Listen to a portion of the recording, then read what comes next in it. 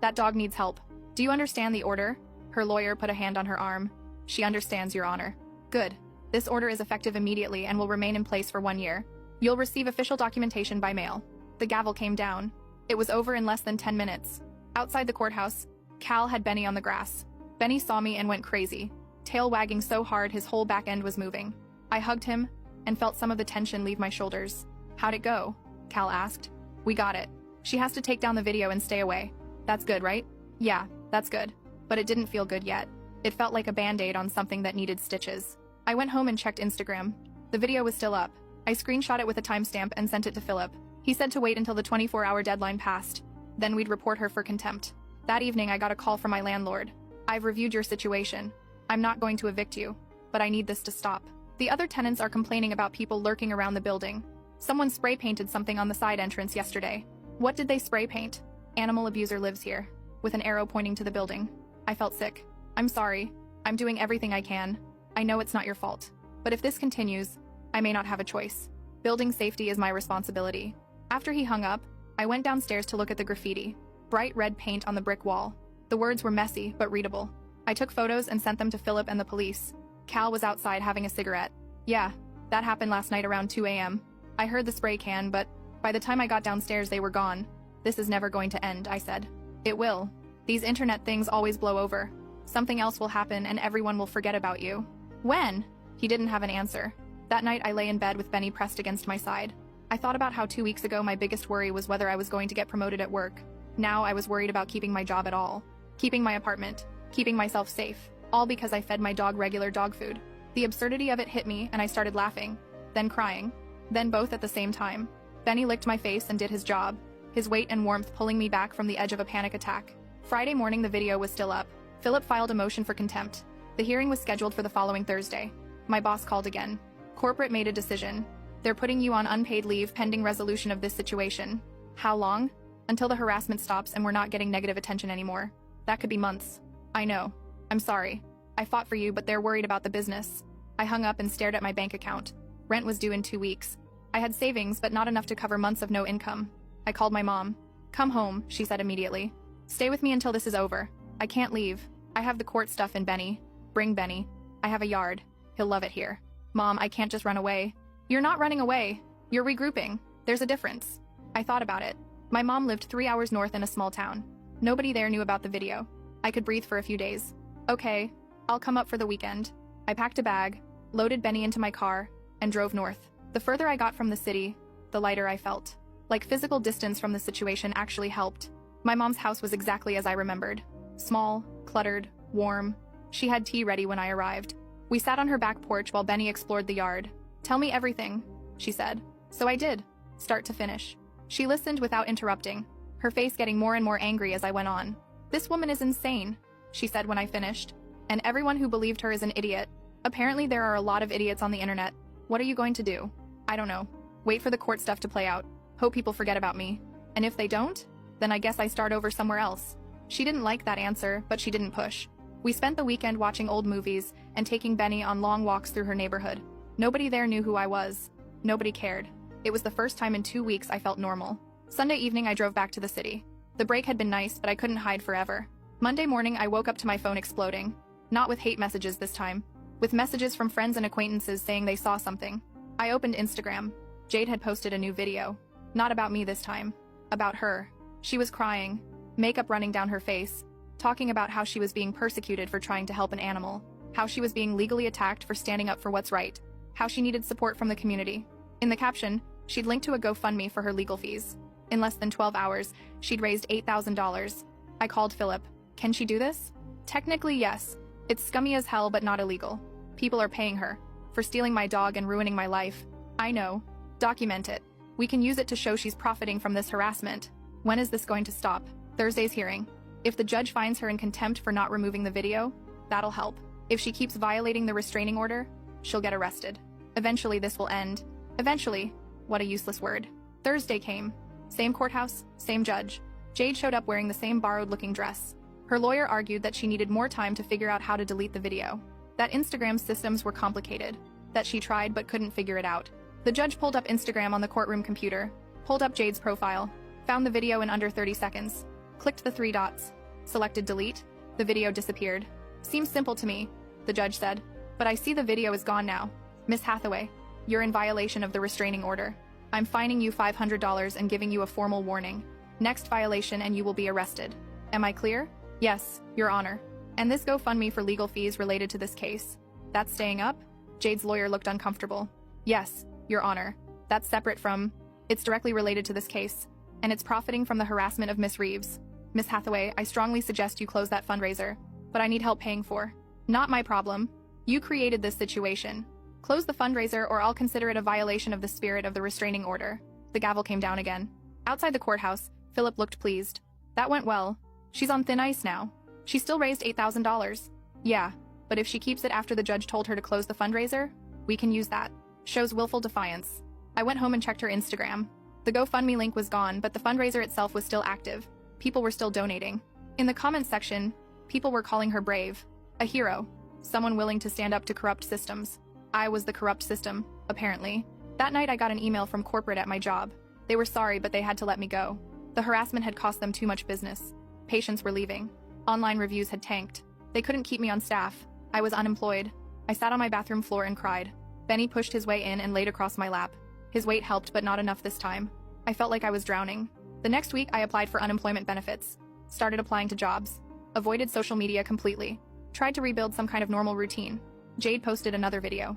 Not about me specifically, but about the corrupt court system that protects animal abusers. About judges who don't care about animal welfare. About legal systems designed to silence activists. It got 100,000 views in 2 days. Philip filed another motion. Another hearing. Another appearance in front of the same tired judge. Miss Hathaway, you were ordered not to post content about Miss Reeves. This video, while not naming her directly, is clearly about her and this case. That violates the restraining order. I was talking about the system, Your Honor. Not her specifically. Don't insult my intelligence. This is your second violation.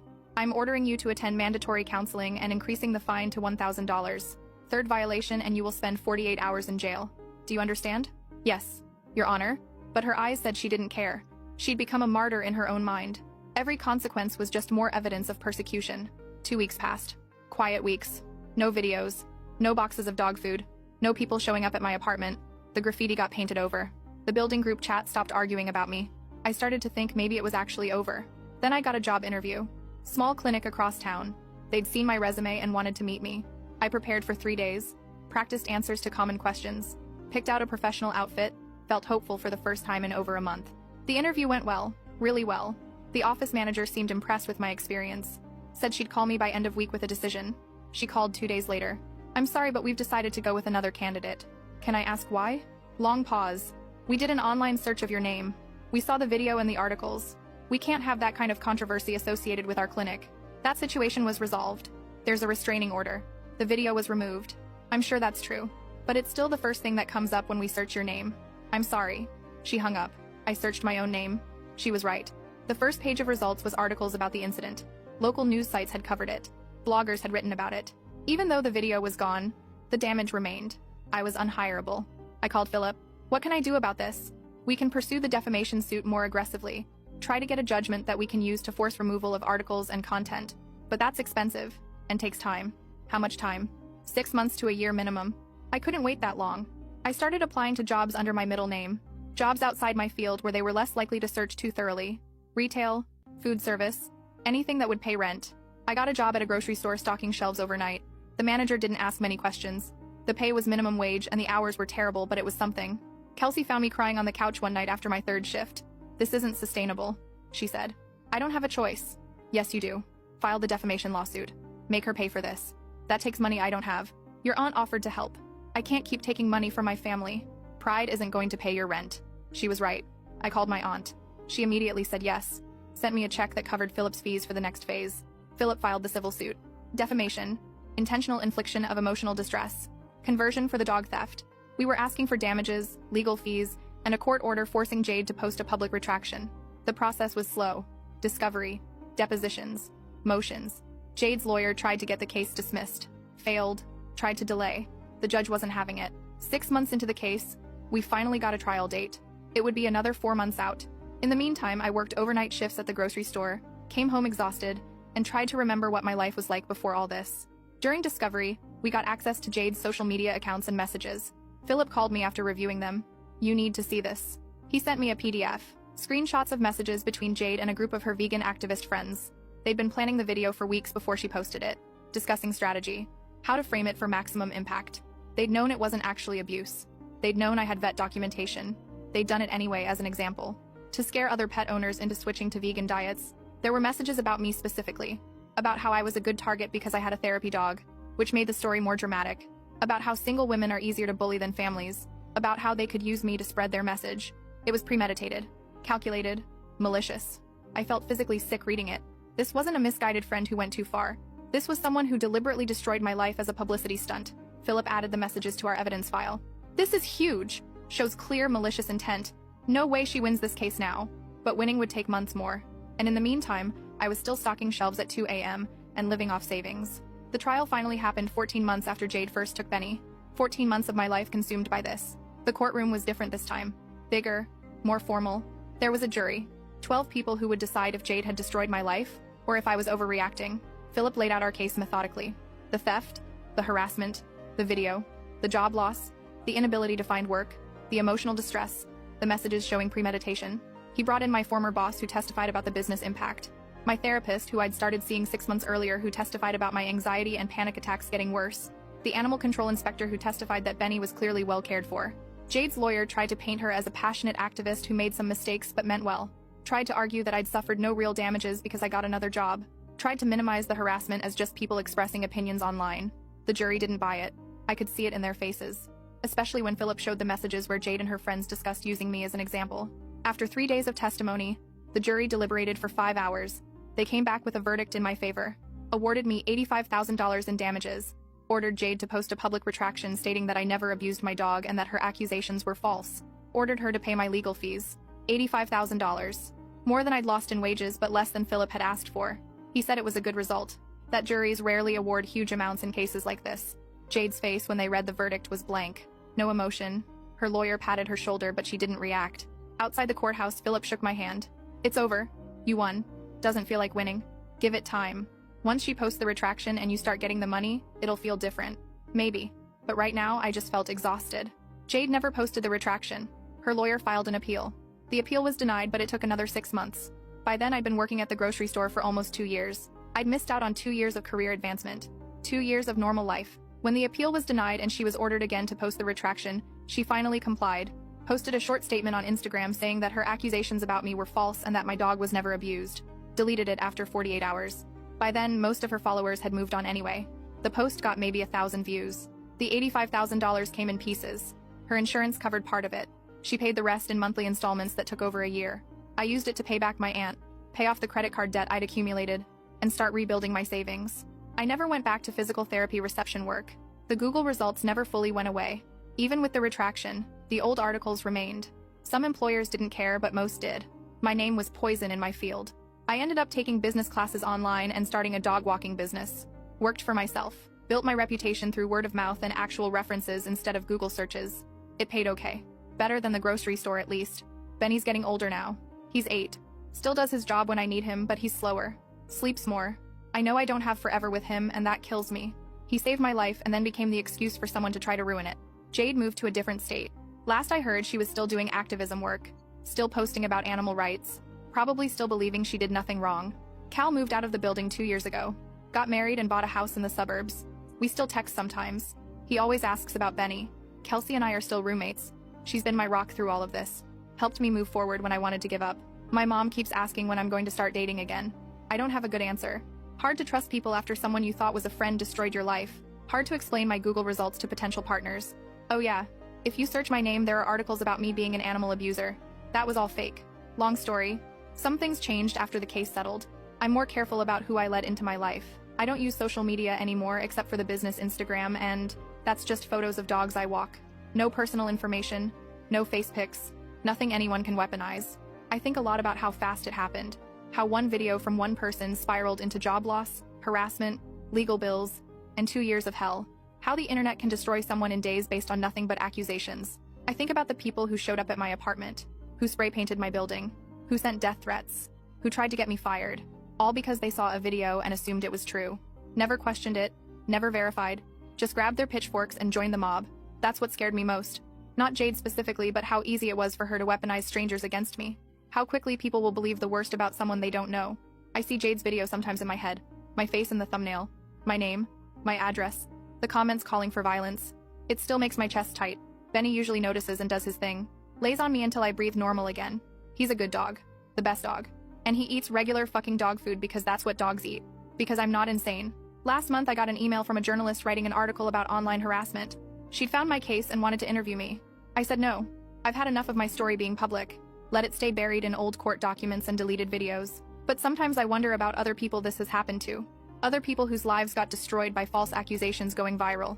How many of them had the resources to fight back? How many just had to live with it? The system barely worked for me and I had a lawyer and documentation and proof. What about people who don't? Who just have to watch their lives implode and hope people eventually forget? That's what keeps me up sometimes. Not my own situation anymore, but the knowledge that this happens every day. Someone posts something false or misleading. It goes viral. A real person's life gets destroyed. And the internet moves on to the next outrage without ever knowing or caring about the damage left behind. Jade got away with it, really. Sure, she had to pay money and post a retraction nobody saw. But she still has her followers. Still has her platform. Still gets to pretend she's a hero fighting for animals. The people who supported her never learned the truth. They moved on thinking she was persecuted for doing the right thing. And I'm here, 3 years later, walking other people's dogs and trying to rebuild a life that should never have been destroyed in the first place. Benny's sleeping next to me right now while I write this. His paws are twitching. He's dreaming. Probably chasing squirrels in his sleep. He has no idea he's at the center of this whole mess. He's just a dog living his dog life. I envy that sometimes. The simplicity of it. Wake up, eat, play, sleep. No social media. No reputation to protect. No strangers judging every choice. Just a dog being a dog. I'm doing okay now. Better than I was. The business is growing. I'm making enough to live on. My mental health has improved, though I still see the therapist monthly. The nightmares about people breaking into my apartment have mostly stopped. Sometimes I see people filming their dogs and posting it online and I cringe. They have no idea how fast things can turn. How one comment from the wrong person can start an avalanche. They think they're just sharing cute pet videos. They don't realize they're one viral lie away from losing everything. Maybe I'm paranoid now. Maybe that's Jade's lasting gift to me. This constant awareness that everything can fall apart instantly. That nothing is safe. That people will believe anything if it's packaged right. Or maybe I'm just realistic now. Maybe everyone else is naive. I don't know. All I know is I survived it. Barely. And Benny's still here. Still doing his job. Still eating his regular dog food. And if anyone has a problem with that, they can take it up with my lawyer. Or better yet, they can mind their own fucking business. My sister told 200 guests I was obsessed with her husband. His reaction made her collapse. My sister Valerie and I were never close growing up. She was the golden child, the pretty one, the one who got the bedroom with the bigger window. I was just Reese, the younger sister who tagged along. When I turned 22, I moved 3 states away for work, and honestly, the distance helped our relationship more than anything else ever did. We started texting regularly, having actual conversations, and for the first time in my life, I thought maybe we could be real sisters. Then she met Drew. Drew was a guy I had gone on exactly 2 dates with back in college.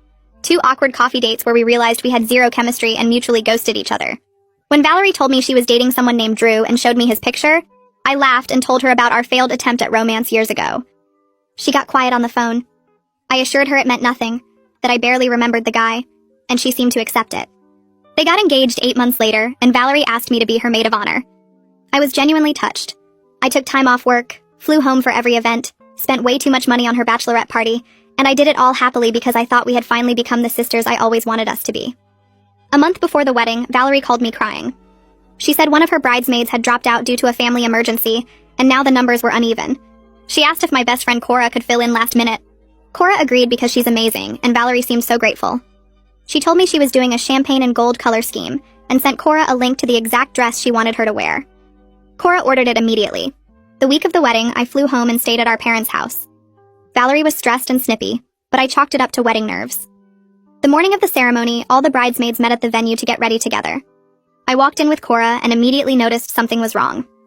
Every single bridesmaid was wearing a deep burgundy dress. Every single one except Cora, who was standing there in champagne gold, looking like she had walked into the wrong wedding. My stomach dropped. Valerie emerged from the bridal suite in her robe with this look on her face that I can only describe as satisfied. She gasped loudly and said to her maid of honor, her college roommate who had replaced me in the role 2 weeks prior without explanation, "I knew Reese would try something. She's been jealous of me and Drew since the beginning." I asked her what she was talking about. She told the entire room that I had been obsessed with Drew for years, that I had tried to break them up multiple times, and that she suspected I had deliberately put Cora in the wrong dress to cause drama on her big day. I stood there frozen while Cora pulled out her phone and showed everyone the text thread with Valerie, the link to the champagne dress, and Valerie's message saying, "This is perfect. Order it ASAP." The room went silent. Valerie's face twisted and she started screaming that I must have faked the text somehow, that I was always jealous of her, that I wanted her life. Her college roommate tried to calm her down, but Valerie shoved her away and pointed at me saying that I had probably slept with Drew, and this was all part of my plan. That's when Drew walked in. He had heard the screaming from the hallway where the groomsmen were getting ready. He looked at Valerie and asked her what was going on. She ran to him crying, telling him that I was trying to ruin everything, that I had always been in love with him. Drew looked at her, then at me, then back at her. He said he had told her 100 times that nothing ever happened between us, that we went on 2 bad dates 5 years ago, and that he was getting really tired of her constantly bringing it up. He said she had made him block me on social media, had gone through his phone weekly looking for messages from me, and had accused him of thinking about me during intimate moments. The room was dead silent. Valerie started crying harder, saying she just loved him so much and was scared of losing him. Drew took a step back from her. He told her he couldn't do this anymore, that he had ignored the red flags for too long because he thought she would calm down after the wedding. He said he was sorry, but he couldn't marry someone who trusted him this little. He walked out. Valerie collapsed onto the floor sobbing while her bridesmaids stood around looking helpless. I grabbed Cora's hand and we left. We drove to a diner and ordered pancakes, and I sat there in my burgundy bridesmaid dress eating breakfast at 10 a.m. on what was supposed to be my sister's wedding day. My phone blew up for hours with calls from my parents, from Valerie, from relatives demanding to know what happened. I turned it off and ordered more coffee. 3 months later, I heard through my mom that Valerie had started therapy. She reached out to me last week asking to meet for lunch. She said she had something important to tell me about Drew, something I deserved to know from the beginning. I haven't decided if I'm going yet. I stare at Valerie's text message for the 10th time, reading the words until they start to blur together on my phone screen. I have something important to tell you about Drew, something you deserve to know from the beginning. My stomach twists into knots because I can't imagine what she could possibly reveal. Now that would actually matter. Drew walked out of that wedding 3 months ago, and honestly, I thought that was the end of it. I set my phone down on my kitchen counter and pick it up again 30 seconds later to reread the message. The words don't change. I grab my phone and pull up Cora's number, pressing call before I can talk myself out of it. She answers on the second ring, and I don't even say hello before launching into it, telling her about Valerie's message and how my hands won't stop shaking. Cora's response is immediate and firm. She tells me I absolutely should not meet Valerie alone, that this could be another setup or manipulation. We talk for 20 minutes, going in circles about whether I should even respond, and finally we agree that if I decide to do this, she's coming with me as backup. I thank her and hang up, then spend the rest of the evening staring at my phone and trying to figure out what Valerie could possibly need to tell me. I sleep terribly that night, waking up every few hours to check if Valerie has sent another message. She hasn't. The next day at work drags on forever and I can barely focus on the spreadsheets in front of me because my brain keeps spinning through possibilities. That evening I text Cora again and we talk through it one more time. She reminds me that I don't owe Valerie anything, that I can just ignore the message and move on with my life. But something about the way Valerie worded it, the deserve to know from the beginning part, makes me think maybe this is actually important. After 2 days of thinking it over and driving myself crazy with speculation, I finally text Valerie back. I tell her I'll meet her for lunch at a neutral location, a cafe called Riverside that's halfway between our parents' house and my apartment. I add that I'm bringing Cora and she can take it or leave it. I hit send before I can second guess myself, and then immediately want to throw my phone across the room. My phone buzzes less than 5 minutes later with Valerie's response. She agrees to my terms without any argument or pushback. I stare at her message in complete shock because the old Valerie, the one from before the wedding disaster, would have absolutely demanded it be just the two of us so she could control the conversation and the narrative. This quick agreement to let Cora come makes me nervous in a completely different way. Like maybe Valerie has actually changed, or maybe this is some new kind of manipulation I haven't figured out yet. I forward the text thread to Cora and she responds with 3 question marks, clearly just as surprised as I am. We agree to meet at my apartment an hour before the lunch so we can drive over together. The morning of the lunch arrives and I wake up feeling like I might throw up. I try to eat breakfast but can only manage half a piece of toast before my stomach rebels. Cora shows up at my door right on time, takes one look at my face and pulls me into a hug. She tells me we can still cancel, that we can get in her car right now and drive to the beach instead and forget this whole thing. But I shake my head and grab my jacket because I need to know what Valerie wants to tell me, even if it's going to mess me up all over again. Cora drives because my hands are shaking too much to be safe behind the wheel. She keeps up a steady stream of conversation during the 20-minute drive, talking about her job and her annoying coworker, and anything except the lunch we're heading toward. Every few minutes, she reminds me that we can leave anytime I want, that I'm in control of this situation. We arrive at Riverside Cafe 15 minutes early and grab a table in the back corner where I can see the door. I order a coffee I don't drink, and Cora gets a tea she doesn't touch either. We sit there in tense silence, watching every person who walks through the door. When Valerie finally walks in right at noon, I barely recognize her at first. She's lost at least 15 pounds since the wedding, maybe more, and she looks completely exhausted. Her face is thinner, her clothes hang loose on her frame, and there are dark circles under her eyes that makeup can't quite hide. She spots us immediately and walks over slowly, like she's not sure if we're going to get up and leave. She sits down in the empty chair across from me without ordering anything. Her hands are shaking as she folds them on the table in front of her. She opens her mouth twice before any words come out, and when they do, her voice is shaking almost as badly as her hands. She apologizes for everything that happened at the wedding, for the accusations and the dress setup and the complete nightmare she put me through. She tells me her therapist Madison has been helping her understand that she had an obsessive jealousy problem that completely destroyed her relationship with Drew and damaged her relationship with me. I sit there without saying anything, just listening and trying to process the fact that my sister is actually taking responsibility for her actions. Valerie keeps talking, explaining that Drew had told her about our 2 college dates on their second date together, and she'd been paranoid about it ever since. She admits that she made him block me on social media, that she checked his phone constantly looking for messages from me, that she accused him of thinking about me during their most private moments. Her voice cracks when she talks about how she drove him away with her constant suspicion and accusations. She tells me that the dress setup wasn't a last-minute panic or wedding day stress. It was a planned sabotage that she'd been working on for weeks. She wanted to prove to everyone, especially to Drew, that I was trying to ruin her wedding. She thought if she could make me look bad in front of all those people, Drew would finally see that I was the real problem in their relationship, and not her jealousy. She actually believed that humiliating me would somehow fix everything between them. Valerie starts crying now, real tears streaming down her face, and I feel Cora squeeze my hand under the table hard enough that it almost hurts. I take a deep breath and ask Valerie the question that's been burning in my mind since I got her text. I ask her why she's telling me all this now and what the important information about Drew actually is, because so far she hasn't told me anything I didn't already know or couldn't have guessed. Valerie takes a deep breath and wipes her eyes with a napkin that's already falling apart in her hands.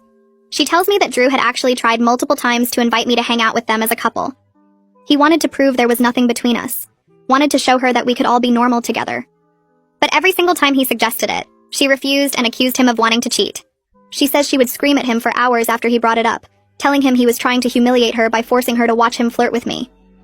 Drew would try to explain that wasn't his intention at all, that he just wanted her to see how platonic our history was, but she couldn't hear it. She was so deep in her jealousy that any mention of my name sent her into a panic. She shifts in her seat and starts talking faster, like she needs to get it all out before she loses her nerve. She reveals that Drew had suggested couples therapy 6 months before the wedding. He was worried about her jealousy and thought a professional could help them work through it together. But Valerie refused and told him he was the one with the problem for not understanding her feelings. She says she actually convinced herself that his suggestion of therapy meant he was planning to leave her for me. In her mind, therapy was just his way of preparing her for the breakup, so he wouldn't feel guilty when he ran off with me. She admits now that this made no sense, but at the time it felt completely real and logical to her. Drew tried to explain that therapy would help them both, that it wasn't about blame, but she shut down every conversation about it. The waitress comes by to refill our water glasses, and Valerie stops talking until she walks away. Then she looks directly at me and says, "The important information she wanted to tell me is that Drew never had any romantic feelings for me whatsoever. Not even a tiny bit." She says her therapist helped her realize she invented an entire story in her head that had no basis in reality. Drew never looked at me in any special way, never mentioned me except when she brought me up, never gave her any actual reason to think he wanted me. She created this whole fantasy where I was secretly in love with him, and he was secretly in love with me, and she was the only one who could see the truth. I sit there completely stunned because I thought she was going to reveal some actual secret. I thought maybe Drew had said something to someone or there was some incident I didn't know about. But this is just her confirming what I already knew, what everyone at that wedding already knew. I tell her I could have told her that myself since I was there for those 2 awkward coffee dates where we talked about economics homework and realized we had nothing in common. I remind her that I barely remembered him when she first showed me his picture, that I had to think for a minute to even place who he was. Valerie nods and says she knows that now. But she spent years building up this fantasy where I was secretly in love with Drew and trying to steal him from her. She says she even convinced herself that I moved 3 states away specifically to make Drew miss me. In her mind, My job opportunity and my desire for independence didn't matter. Everything I did was part of some elaborate plan to make Drew realize he wanted me instead of her. She would lie awake at night imagining scenarios where Drew would suddenly remember our coffee dates and realize I was his soulmate. She says her therapist has helped her understand that she was projecting her own insecurities onto me and Drew, creating a villain in her story so she didn't have to face her real fears about not being good enough. Cora finally speaks up, her voice sharp in a way I rarely hear from her. She asks Valerie why she replaced Kira as maid of honor 2 weeks before the wedding. The question hangs in the air and I realize I'd almost forgotten about that detail and everything else that happened. Valerie looks down at the table and her face goes red with shame. She admits she was afraid Kira would defend me when she executed her dress sabotage plan. Kira had been her college roommate and knew both of us pretty well, and Valerie was worried Kira would speak up and ruin the whole setup. So she made up some story about needing someone who understood her vision better, and demoted Kira to regular bridesmaid status. She says Kira was hurt and confused but accepted it because she didn't want to cause drama before the wedding. I feel anger rising in my chest like hot water filling up a container. This wasn't a moment of wedding day panic or stress-induced paranoia. Valerie had been planning to humiliate me for weeks, maybe months. She had carefully orchestrated the dress colors, the timing, the setup with Cora, all of it. She had replaced her maid of honor specifically to make sure no one would defend me when she made her accusations in front of everyone. Every detail was calculated and cruel, designed to make me look like the villain in her made-up story. I think about all the phone calls leading up to the wedding where she sounded so grateful for my help, so happy that we were getting closer as sisters. All of that was fake while she was planning this elaborate trap. Valerie reaches across the table trying to take my hand, but I pull it away before she can touch me. She starts crying harder, and the tears are running down her face faster than she can wipe them away. She says she understands if I never forgive her, that she wouldn't forgive herself if she were in my position. But she needed me to know the truth about how sick her thinking had become. She says her therapist Madison has been helping her understand that she needs to take full responsibility for her actions, not just apologize and expect everything to be okay. She knows she destroyed our relationship and destroyed her relationship with Drew, and it was all because of problems that existed only in her head. I ask her if she's been in contact with Drew at all since the wedding. My voice sounds cold even to my own ears. Valerie shakes her head and more tears fall onto the table between us. She says Drew blocked her number the same day he walked out, and she found out through a mutual friend that he moved to a different city about a month later. She doesn't blame him for wanting nothing to do with her. She says she put him through hell for their entire relationship, accusing him of things he never did, controlling who he could talk to, checking his phone like a detective looking for evidence of a crime that never happened. She admits that walking out of that wedding was probably the best decision he ever made, even though it destroyed her at the time. Cora asks the question I'm too angry to voice myself. She wants to know if Valerie has apologized to Drew for what she put him through. Valerie wipes her face with her sleeve and nods slowly. She says she wrote him a letter through her therapist about a month ago. Madison helped her write something that took responsibility without making excuses or asking for anything in return. She sent it to his new address, but she has no idea if he ever read it. She says she hopes he did because he deserves to know that none of it was his fault, that he did nothing wrong, but she's not expecting or wanting a response. She just needed him to know that she understands now how badly she treated him. I push my chair back from the table and stand up, my legs feeling shaky after sitting through Valerie's confession. I tell her I need time to process everything she's told me, and I'm not ready to say I forgive her, or that we can rebuild our relationship. The words come out flat and tired because I've been holding them in for the past hour while she cried and explained her therapy breakthroughs. Valerie nods and wipes her face with a napkin that's already soaked through. She says she expected that, but she hopes someday I might be willing to try. Her voice cracks on the last word, and part of me wants to comfort her, but a bigger part remembers standing in that bridal suite while she accused me of sleeping with Drew in front of everyone.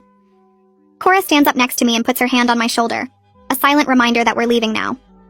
As we're getting up to leave, Valerie mentions that she's also apologized to Cora for setting her up with the wrong dress. She looks at Cora with red, swollen eyes and says she knows it doesn't fix anything, but she wanted Cora to know she was sorry. Cora accepts the apology but tells Valerie it's going to take more than sorry to fix what she did to both of us. Her tone is polite but cold, and I'm grateful she's here because I don't think I could handle this conversation alone. We walk out of the cafe into bright afternoon sunlight that feels wrong for how heavy everything feels. On the drive home, Cora and I sit in silence for 20 minutes before I finally break down crying. The tears come suddenly and I can't stop them. Big, ugly sobs that make my whole body shake. Cora pulls over into a gas station parking lot and just sits with me while I cry into my hands. I'm not even sure if I'm crying from anger, relief, or grief for the sister relationship I thought we were building. Maybe it's all three mixed together into something I don't have words for. Cora doesn't try to make me stop or tell me it's going to be okay. She just hands me tissues from the glove box and waits until I can breathe normally again. When I finally calm down enough to talk, I tell her I don't know what to do with all of this information. Knowing that Valerie planned everything, that she deliberately set up that dress situation to humiliate me, makes it worse somehow. Cora says we don't have to figure it out right now. We can just go home and watch bad TV and eat ice cream. That sounds perfect, so I nod and she pulls back onto the road. That evening, my mom calls asking how the lunch went because Valerie told her we met. I give her a brief summary while sitting on my couch with a pint of chocolate ice cream. Mom listens without interrupting, and when I finish, she lets out a long sigh. She admits she and Dad have been worried about Valerie's mental health for years, but didn't know how to address it. This surprises me because my parents never talked about Valerie having problems when we were growing up. Mom says they noticed things but hoped she would outgrow them, which clearly didn't happen. I ask her what kind of things they noticed, and there's a long pause before she answers. Mom reveals that Valerie had similar jealousy issues with her high school boyfriend, accusing his female friends of trying to steal him. She would call him constantly to check where he was and who he was with. They thought she'd grown out of it, but clearly the problems went deeper than they realized. I sit there holding my phone and wondering how I never knew any of this. Mom says they didn't want to label Valerie or make her feel bad about herself, so they just encouraged the boyfriend to be patient with her. He eventually broke up with her anyway because the jealousy was too much. I tell Mom I wish someone had warned Drew about this pattern before he got engaged to her. Mom's voice gets quiet and she says they thought about it but didn't want to interfere in Valerie's relationship. She sounds guilty now, like she's realizing they should have said something. We talk for another 15 minutes before I tell her I need to go. After we hang up, I sit in the dark thinking about how many people saw warning signs and said nothing. 2 weeks after the lunch, I get a text from Blake Goodman, Drew's best friend from the wedding. I recognize his name from the guest list and remember seeing him standing with the groomsmen that morning. He asks if we can talk because Drew wanted to reach out to me, but wasn't sure if it would be appropriate. My first thought is that this is weird, but then I remember Drew was a victim in all of this too. I text back saying sure, we can talk. Blake suggests meeting for coffee the next day at a place near my apartment. I agree to meet Blake for coffee, curious about what Drew wants to say. The next afternoon, I walk into a small coffee shop and find Blake already sitting at a corner table. He's tall with dark hair and looks tired, like he hasn't been sleeping well. We shake hands and I sit down across from him. Blake explains that Drew felt terrible that I got caught up in Valerie's accusations and wanted to apologize for not defending me more strongly that day. He says Drew has been beating himself up about it for months, replaying that morning over and over. I tell Blake that Drew doesn't owe me an apology because he was dealing with his own crisis in that moment. Blake nods but says Drew still wants me to know he wishes he had handled things differently. He pulls out his phone and shows me a text from Drew that basically says the same thing. Blake tells me that Drew had actually been planning to call off the wedding the week before, but his parents convinced him to try one more time. They told him every couple has problems and marriage would make things better. Drew knew that was wrong, but he loved Valerie and wanted to believe she would change. Blake says Drew regrets not trusting his instincts and walking away sooner. He thinks if he had ended things privately before the wedding, I wouldn't have been dragged into the mess. I appreciate that Drew is thinking about me, but I tell Blake that Valerie would have found another way to blame me for the breakup. Her problems weren't really about me or Drew. They were about whatever was going on in her own head. I ask Blake if Drew knew about the dress setup plan, and Blake says absolutely not. Drew was genuinely shocked when he walked into that room and heard what Valerie was saying about me. Blake says Drew had no idea Valerie had sent Cora the wrong dress color on purpose. He thought it was an honest mistake until he saw how satisfied Valerie looked when she started making accusations. That's when everything clicked for him, and he realized how far gone she really was.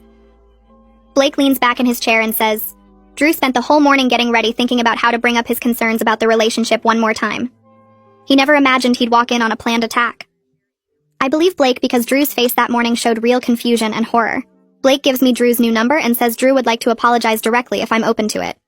He writes it down on a napkin and slides it across the table. I take the number but tell Blake, part of me wants to talk to Drew and clear the air, but another part thinks it might be better to just let everything stay in the past. Blake says he understands and tells me to take my time. We finish our coffee and talk about other things for a while, just normal conversation about work and life. It's nice to have a casual chat that isn't about wedding drama or family problems. When we leave the coffee shop, Blake gives me a quick hug and says he hopes I'm doing okay. I tell him I'm working on it, which feels like the most honest answer I can give. I spend the next month throwing myself into work, taking on extra projects that keep my brain too busy to spiral. Cora checks in on me every few days, and one Friday she shows up at my apartment with 2 packed bags and announces we're going to the beach for the weekend. I don't argue because I know she's right that I need to get away from everything. We drive 3 hours to a small beach town and rent a cheap motel room that smells like salt water and old carpet. We spend Saturday walking along the shore, and Cora lets me talk through everything that happened without interrupting or trying to fix it. I tell her how weird it feels that my sister's mental health crisis became the defining moment of my year, how I'm angry at Valerie but also sad for her, how I don't know if I'll ever trust her again even if she gets better. Cora listens and nods and occasionally throws shells into the waves. Sunday morning, we sit on the beach eating donuts and watching the sunrise, and I realize this is the first time in weeks that my chest doesn't feel tight. When we drive home that afternoon, I feel like maybe I can actually move forward instead of just surviving. The next week, I'm sitting at my desk staring at Drew's number that Blake gave me. I've picked up my phone a dozen times and put it back down because I don't know what I'd even say to him. But then I think about how he walked out of that wedding and probably spent months dealing with his own mess, and maybe we both deserve to clear the air. I send him a text that just says it's me and asks if he wants to talk sometime. He responds within an hour saying yes and gives me his new number since he changed it after everything happened. We set up a time for Thursday evening, and I spend the next 3 days being nervous about a phone call with someone I barely know. When Thursday comes, I almost cancel 5 times, but at 7 o'clock I dial his number and he picks up on the second ring. The first few minutes are so awkward that I consider faking bad reception and hanging up, but then Drew says he's been wanting to apologize to me for months, and suddenly the conversation gets easier. He tells me he feels terrible that I got dragged into Valerie's accusations, that he should have defended me more strongly in that moment instead of just defending himself. I can hear genuine guilt in his voice, and it makes me feel less alone in this whole situation. Drew starts explaining how he was ignored so many red flags because Valerie was perfect in every other way. He says she was loving and supportive and funny, and he convinced himself that her jealousy was just insecurity that would fade once they got married, and she felt more secure in the relationship. He thought if he just proved his loyalty enough times, blocked me on social media like she asked, let her check his phone whenever she wanted, that eventually she'd trust him. He admits now that he was wrong to think marriage would fix her problems, and he wishes he'd recognized the patterns earlier. I listened to him talk about checking in with her constantly when he was out with friends, about avoiding female coworkers. Because it upset her, about the time she accused him of thinking about me during sex, and he actually tried to convince her that wasn't true, instead of recognizing how messed up the accusation was. He sounds exhausted just recounting it all, and I start to understand that he was drowning in that relationship long before the wedding day. I tell Drew he doesn't owe me an apology because he was dealing with his own crisis that morning, and I don't blame him for how he reacted. I explain that I was just collateral damage in Valerie's issues, but he was the actual target of all that jealousy and control. We end up talking for over an hour, and I realize he's actually a really decent person, who got caught in a bad situation with someone he loved. He tells me about the guilt he felt leaving Valerie sobbing on the floor, how his parents were furious with him for embarrassing the family, how half their mutual friends took her side because they couldn't believe sweet Valerie would do something so calculated. He moved to a new city 2 months after the wedding disaster, because he couldn't handle running into people who knew them as a couple. I find myself feeling protective of him even though we're basically strangers, because I know what it's like to be blamed for Valerie's problems. Drew mentions he started therapy right after the wedding, working through his own trust issues and learning to spot unhealthy relationship patterns before they get that bad. His therapist helped him understand that he'd been in a controlling relationship and didn't even realize it, because Valerie's control came wrapped in love and concern. He says walking out of that wedding was the hardest thing he's ever done, but also the best decision because staying would have destroyed him eventually. I hear real conviction in his voice when he talks about it, like he's finally accepted that leaving was the right choice even though it felt awful. He asks how I'm doing with everything, and I'm honest that I'm still processing it all, still deciding if I want to rebuild a relationship with Valerie or just let it go. Drew doesn't give me advice, but he listens, really listens, and that feels more valuable than any advice could be. We end the call agreeing to stay in touch as friends, which feels strange considering he's my sister's ex, and we went on 2 terrible dates years ago. But it also feels healthy and honest. There's something freeing about talking to someone who understands exactly what Valerie's jealousy looks like from the inside. After we hang up, I sit on my couch for a while thinking about how weird life is, how the wedding disaster connected me to someone I never would have known otherwise. I save his new number in my phone under just Drew. No last name, no context, just a person who gets it. 3 months pass and I'm getting coffee before work when my phone buzzes with a text from Valerie. She's asking if I'd be willing to meet again, saying she's made real progress in therapy and wants to share some things she's learned about herself. I stare at the message while my coffee gets cold, trying to figure out how I feel about seeing her again. Part of me wants to ignore it and keep living my life without her drama, but another part is curious about what she wants to say. I text Cora asking what she thinks, and Cora says I should do whatever feels right for me, that she'll support either decision. I spend 2 days thinking about it before I finally respond to Valerie saying yes, I'll meet her. But this time I want to do it alone without Cora there. I need to know if Valerie and I can have a real conversation without a buffer. We agree to meet at the same cafe where we had lunch before, and when I walk in, Valerie is already there at a corner table. She looks different, healthier somehow, like she's been sleeping through the night and eating regular meals. Her hair is pulled back and she's wearing minimal makeup, Nothing like the perfectly put-together version of her I grew up with. I sit down across from her and order tea, and we make awkward small talk for a few minutes about the weather and work. Then Valerie takes a deep breath and tells me she's been diagnosed with something called obsessive-compulsive disorder, with relationship-focused obsessions. She explains that her therapist, Madison, helped her understand that the intrusive thoughts about me and Drew weren't rational jealousy. They were a symptom of OCD that made her brain get stuck on fears of abandonment and betrayal. She's on medication now and learning coping strategies in therapy, and she says it's like someone turned down the volume on the constant anxious noise in her head. Valerie starts explaining that her jealousy was never really about me or Drew specifically. It was about this deep terror of being abandoned that came from our childhood. She talks about how we were always compared to each other, how she felt like she had to be perfect to be loved, because any flaw meant I was chosen over her. She says she internalized this idea that love was conditional and could be stolen away if someone better came along, so she tried to control everything to prevent that from happening. I sit there listening and realizing that while I spent our childhood feeling invisible next to her, she spent it feeling like she was one mistake away from losing everything. We both grew up in the same house but experienced completely different versions of our family, and neither of us knew what the other was going through. I take a breath and tell Valerie that I need to share something too, that growing up I always felt like I was in her shadow. She looks confused, so I explain how I was just the younger sister who wasn't as pretty or accomplished, how I felt invisible next to her. Valerie's face changes and she says she had no idea I felt that way, that she always thought I had it easier because there was less pressure on me. We sit there for a long time talking about our childhood in a way we never have before, both of us realizing we spent years misunderstanding each other's experience.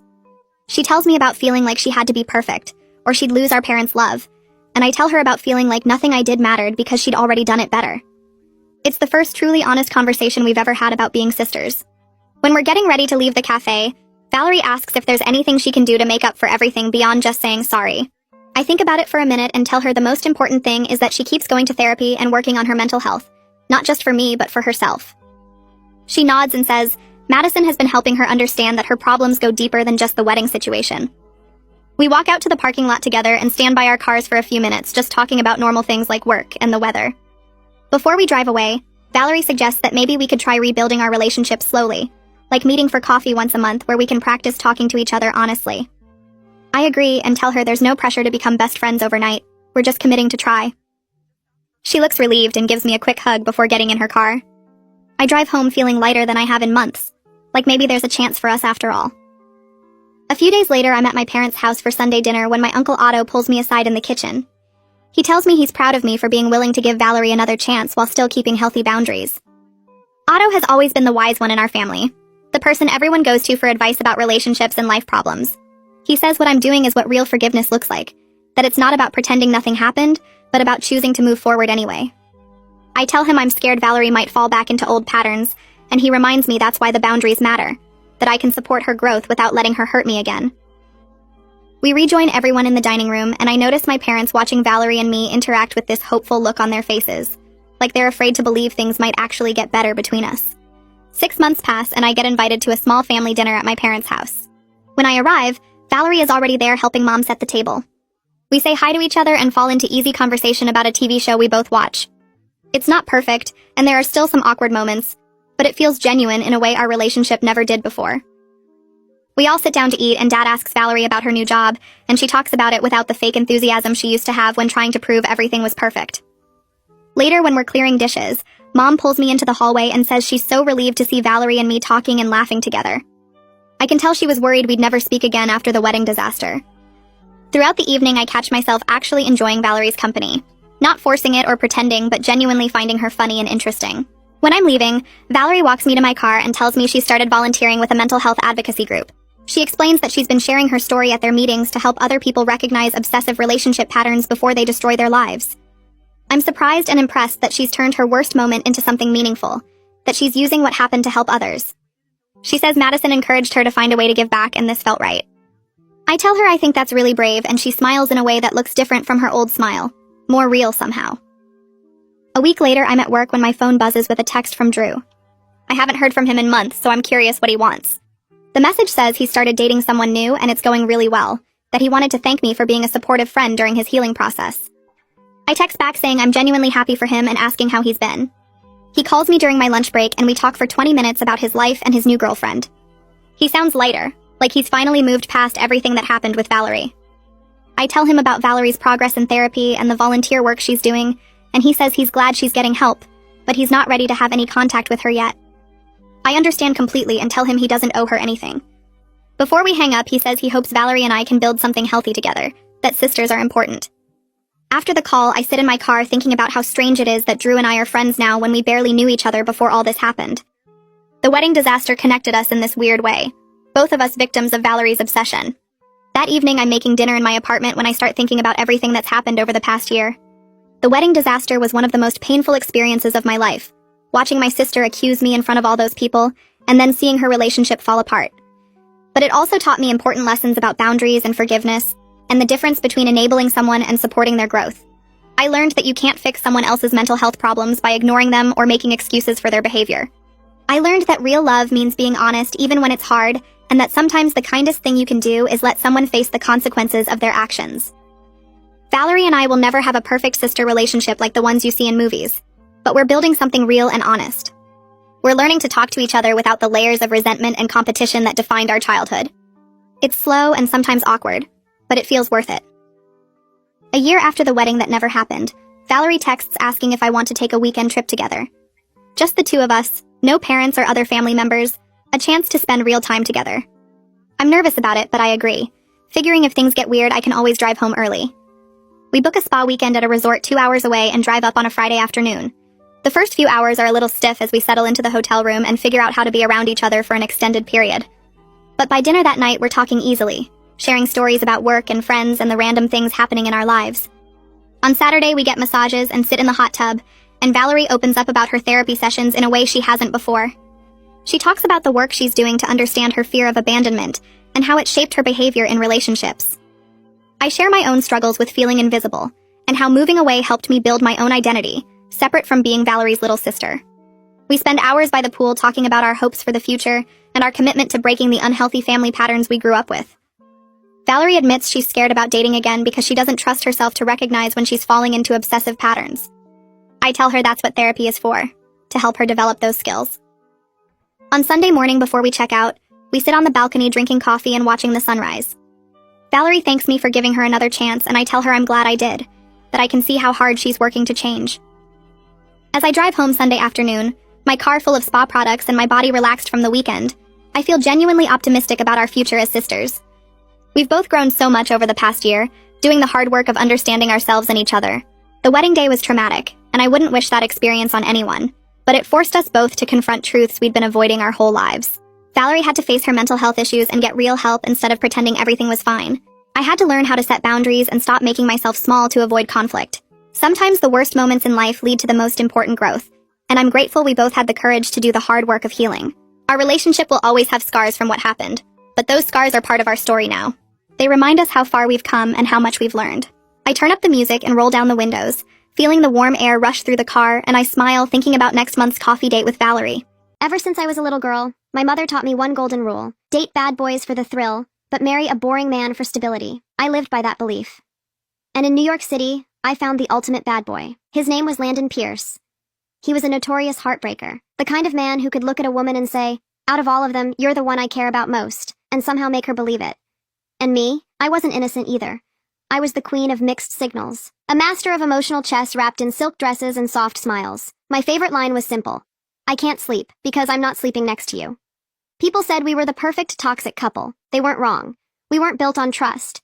We were built on tension, on jealousy, on the thrill of almost losing each other. But a month ago, everything changed. My mother was diagnosed with early-stage lung cancer. Standing in those sterile hospital hallways, watching her try to act strong while fear sat quietly in her eyes, something inside me shifted. For the first time in my life, stability didn't sound boring. It sounded necessary. So I decided I was going to leave Landon. What I didn't realize is that walking away from a game you're winning isn't nearly as easy as it sounds. Landon hates answering his phone. But finding him, that's easy. He practically owns a private section at Obsidian, an upscale lounge in Manhattan. Out of 365 days a year, he's probably there, 360. And tonight was no exception. When I walked in, I saw him immediately. Tall, effortless, impossible to ignore. He had just lost a round of cards and was taking a shot off the body of a girl leaning across the table. She laughed too loudly, like she already thought she'd won something. She noticed me approaching and gave me a syrupy smile. "Hey," she said sweetly. "You don't mind, right? We're just playing." I smiled back, matching her tone perfectly. Of course not. You're adorable.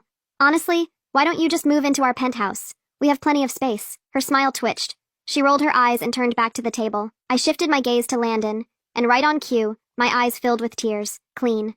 Controlled. Does he hate me? I said softly, just loud enough for the table to hear. Maybe I should just go home. It's pouring outside and I didn't even bring an umbrella. I looked toward a broad-shouldered college-looking guy sitting nearby. Maybe he could walk me out. Landon's eyes darkened instantly. He scanned the guy from head to toe with a slow, territorial stare. The poor guy lifted both hands. Whoa, don't drag me into this. Everybody knows Landon's obsessed with you, Harper. The mood shifted. Landon downed the rest of his drink, gently pushed the other girl aside and stood up. I'm heading out, he announced casually. My girl's jealous. Gotta take her home and fix it. Drinks are on me tonight. Cheers exploded around us. He pulled me into his arms like he just won something. I didn't resist. In the car, the city lights flashed across his face as he kept glancing at me. Are you actually mad? He asked. You know I was just messing around. There it was. Out of all of them, you're the one I care about most. He said it softer this time, almost convincing. If I wasn't so shallow, if I wasn't so addicted to his face, I would have left years ago. He leaned closer, brushing his lips near my ear. What perfume is that? He murmured. Vanilla? You smell insane. I swear you drive me crazy. Landon, I said, cutting through his tone. I want to break up. He paused, then smiled slowly. What role play is this? CEO and rebellious assistant? Stranger on a plane? I'm serious. My face didn't move. His smile faded. He leaned back in his seat, flipping his lighter open and closed. Calm. Irritatingly calm. All right, he said finally. Give me one reason that actually makes sense. There are too many women. Have any of them ever shown up at our door? Have you ever caught me in bed with one? I hesitated. Technically, no. I didn't have proof. I want to get married, I said instead. I expected panic. A laugh. A refusal. Instead, he shrugged. Pick a date. We'll go to City Hall. Like marriage was just paperwork. Like vows didn't mean anything. My mom wants me to find someone reliable, I added quietly. He tossed the lighter onto the dashboard and smirked. Then let's go ask her which part of me isn't reliable. She just got out of surgery. Don't stress her. He pulled me closer again, kissing my cheek. I'm joking, he said. You're just bored? That night, his phone buzzed on the nightstand. I glanced at the screen. Elena, the one everyone said he never got over. Your phone, I said. He walked out of the bathroom with a towel around his waist, water still tracing down his chest. Hello? Pause. Tonight? Yeah, I'll come get you. He hung up and leaned down to kiss my forehead. Something came up. Be good. Go to sleep. It was 1 a.m. A man who leaves after a late-night call from his ex. That was it. My chance. As soon as his car pulled out of the garage, I grabbed my keys and followed him. He drove to a hotel downtown. I waited an hour before knocking on the door of the room he entered. The door opened. A girl in a simple white dress, hair in a loose braid. She looked almost innocent. Elena, I said. I lifted my phone and started recording. Are you crazy? She whispered.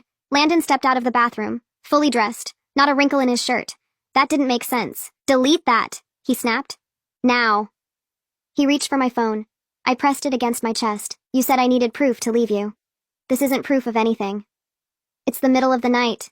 You didn't come here just to say hello. Elena's eyes filled with tears. Soft. Fragile. I almost laughed. I was the girlfriend. I was supposed to cry. She grabbed his sleeve. I'm sorry, she whispered. I didn't mean to cause problems. I widened my eyes. Landon, yell at me if you want. Just tell me one thing. Between her and me, who do you love more? He grabbed my waist and leaned close to my ear. Stop the drama. Delete the video. Panic, not guilt. You're choosing her, I said quietly. Go home, Harper. I actually have something important to handle. There it was. I deleted the video right in front of him, then I walked away. That same night, I moved back into my own apartment. My chest felt tight the entire drive home. Maybe after hearing, "You're the one I care about most" 100 times, I started believing it, but tonight proved something. He either loved her, or he respected her more. And I wasn't sure which one hurt worse. The breakup didn't explode. It settled, quiet, sharp, heavy. And the strangest part? My mother was thrilled. The morning after I left Landon, she dragged me to an elite matchmaking agency in Midtown like it was an emergency. Ms. Hayes, the woman at the desk said smoothly, we offer the silver package, the gold package. Give my daughter the platinum executive package. My mother interrupted. Mom, I whispered, embarrassed. You need that money. She squeezed my hand. Her grip was weaker than it used to be. At my age, I've seen enough, she said. Your future matters more than my lungs. I hated when she said things like that. The matchmaker smiled like she'd just closed a sale. She handed me a thick folder. These are exceptional men. she said proudly. Established, stable, no scandals. I flipped through the profiles. Doctors, investors, real estate developers. Every face looked painfully normal. My brain was still stuck on Landon's stupidly perfect jawline. Your phone is ringing, the matchmaker said gently. I looked down. Landon, I stepped away before answering. Hello, did you delete the video or not? His voice was tight, controlled anger. It's deleted. Technically true. Last night I deleted it in front of him. This morning I recovered it, and I sold it for $2,000. I didn't even negotiate. It wasn't about the money. It was about damage. By now, the video was everywhere. Headlines exploded. Billionaire heir spotted in secret late-night hotel meeting. But that wasn't the real story. The real story came an hour later. Elena wasn't just an ex. She was rumored to be the secret daughter of a rival family, which explained the panic. Which explained why Landon wanted that video gone. I deleted it.